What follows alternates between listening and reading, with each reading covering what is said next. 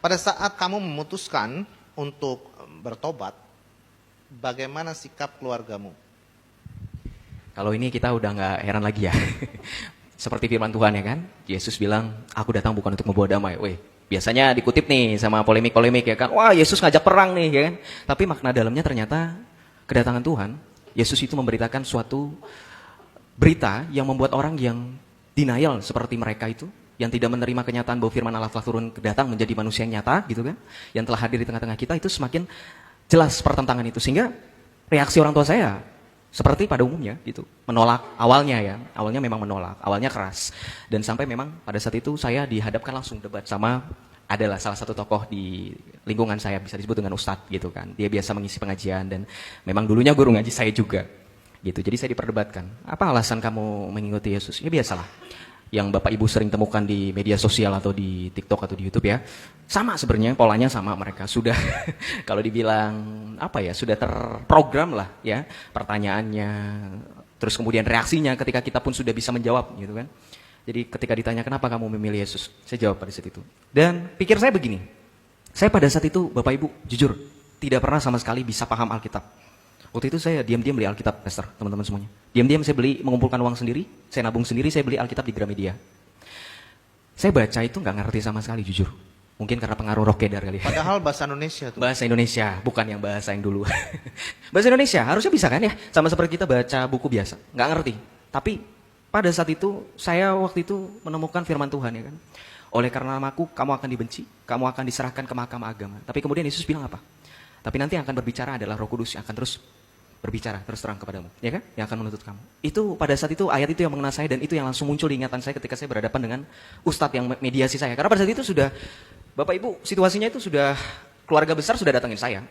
Jadi rembukan gitu. Jadi saya seolah-olah itu seperti apa ya, kriminal kali ya, seperti mohon maaf, seperti mungkin habis ngapain gitu kan. Nah, jadi ketika itu saya diperhadapkan dengan pertanyaan-pertanyaan yang biasa, dan dengan pada saat itu saya tidak memahami firman Tuhan. Betul-betul 100%. Beli Alkitab itu saya baca Kejadian sampai Perjanjian Lama itu saya nggak ngerti. Saya lengkap akhirnya. Perjanjian Baru dari Injil Matius itu juga saya nggak ngerti.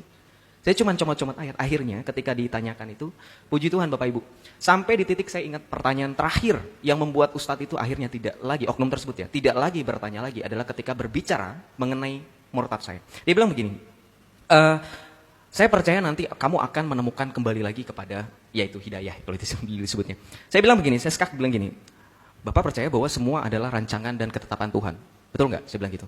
Di iman kita percaya kodo dan kodar. Saya bilang gitu. Percaya kepada takdir. Artinya sekalipun saya murtad, ini adalah takdir. Takdir siapa berarti? Kalau saya murtad dan saya tidak kembali lagi, berarti takdir siapa? Apakah Bapak mau menyalahkan Tuhan juga? Dia tidak menjawab. Dia bilang katanya, kamu bisa berubah, kamu bisa. Saya bilang, saya sudah 3 tahun, 4 tahun Bapak Ibu. Saya tetap mengerjakan apa yang menjadi rukun dan dasar iman saya. Saya sholat setiap bangun pagi jam 3, sepertiga malam saya tetap minta petunjuk. Tapi at the end, Yesus tetap memanggil saya.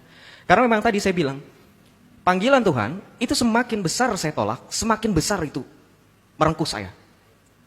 Itu yang saya percaya, dan itu bukan karena kepahitan atau apapun itu, dan saya percaya itu kuasa Allah. Dan sampai akhirnya ketika ustadz tersebut tidak bisa ngomong, keluarga saya kecewa karena mereka pikir ini orang bisa mengembalikan maksudnya bisa merubah pikiran saya, malah makin jadi nih anak. Akhirnya sampai di posisi biasa merasakan kekerasan fisik ya Bapak Ibu. Saya anggap itu sebagai suatu sukacita. Karena kita lihat tokoh-tokoh dalam Alkitab seperti bahkan Rasul Paulus ya, para rasul sendiri sudah terbiasa menderita, dan kita pun sudah terbiasa untuk dipanggil untuk menderita. Betul nggak? Untuk memperoleh mahkota kehidupan. Jadi awalnya berproses memang pastor dan teman-teman. Ditolak, merasakan penderitaan. Wah, saya kalau biasa itu di tetangga itu sampai keluar rumah itu malu, karena biasa saya itu nangis itu sampai teriak karena memang sebegitu sakitnya. Jujur, saya mengalami kekerasan itu ya, tapi saya tidak benci sama sekali. Itulah kenapa saya merasa ini benar-benar jalan hidup yang benar, karena saya tidak merasakan kebencian ketika saya pun disakit, dan itu benar-benar panggilan dari Yesus sendiri yang mengatakan kasihilah musuhmu dan berdoalah bagi mereka yang menganiaya kamu. Sampai akhirnya saya bawa terus dalam doa. Saya bilang, Tuhan lembutkan hati orang tua saya bilang. Saya minta dalam doa, saya terus berdoa ketika dipukuli itu, ketika dikerasi itu, sampai akhirnya saya sambil mohon-mohon, saya bilang saya bukan anak yang bandel, saya bilang gitu. Saya nurut, saya juga ya kalau dibilang sombong, tapi pada saat itu saya ceplas-ceplos, saya bilang saya apapun buat mama, buat papa, buat keluarga, saya menyumbangkan prestasi ranking 1 terus dan seterusnya. Sampai di posisi saya bilang, kalau memang mau saya dimatikan, saya bilang matikan aja gitu. Sampai akhirnya mama saya, Oh, pernah diancam dibunuh? Pernah saya diancam dibunuh, itu pernah sama om saya itu. Jadi memang ya sudah sampai seperti itu. Oke. Sampai akhirnya berkurang demi sedikit sampai detik ini. Bapak Ibu mungkin lihat kalung salib saya yang sebesar ini. Saya pakai di depan keluarga saya. Di depan mama saya, di depan tetangga-tetangga saya.